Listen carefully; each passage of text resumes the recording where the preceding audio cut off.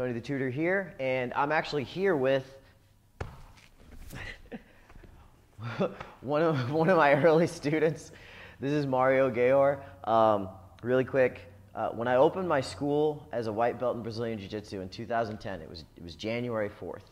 Mario was one of my first students at my school, and 18 months later, during that phase, during that time period, I became a blue belt, and Mario trained, and 18 months later, he was one of our first world champions.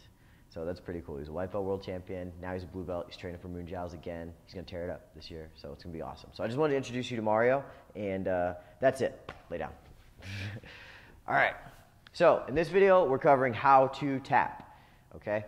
First, I want to give you the idea of what tapping means. Tapping is not a bad thing. As a matter of fact, you're never going to hear a black belt say, never tap. The less you get tapped, the better. You know, that's not the idea. Tapping is the best thing in the world for you, because tapping lets you know you have more to learn. Tapping lets you know that you have learned something as long as you're paying attention and you're not letting your ego jack you up.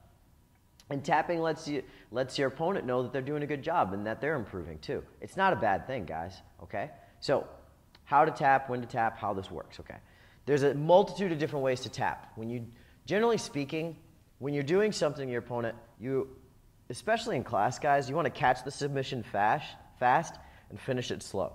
You never want to try to tap somebody as fast and as hard as you can, or try to force one, get super strong, I'm going to tap you, because it doesn't make you better to do that. That's not jiu-jitsu.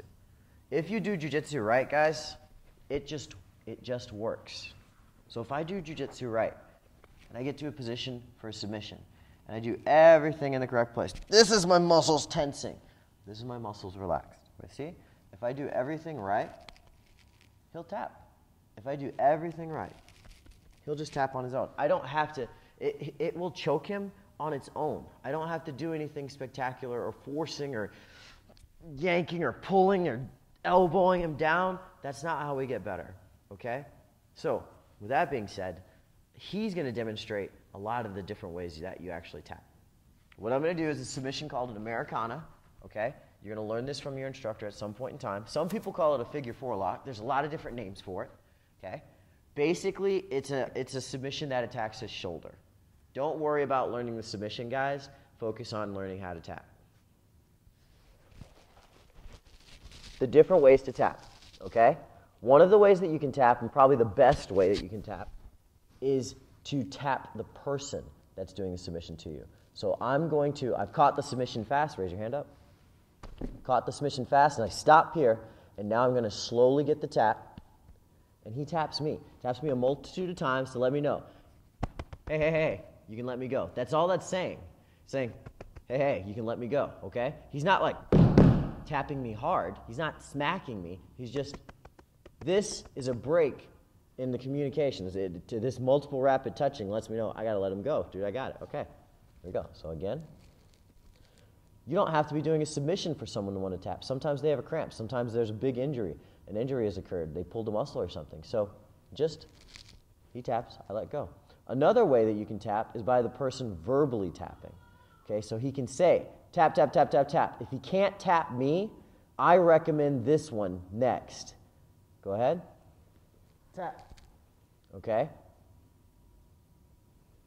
Tap.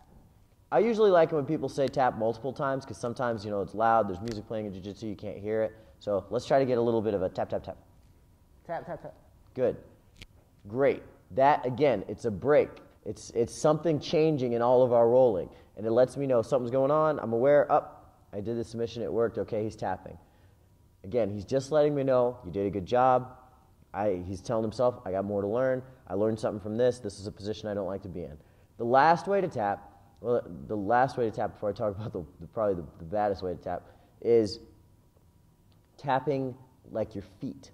So let's say you can't tap me, you can't verbally tap, and you can't tap your hand on the floor.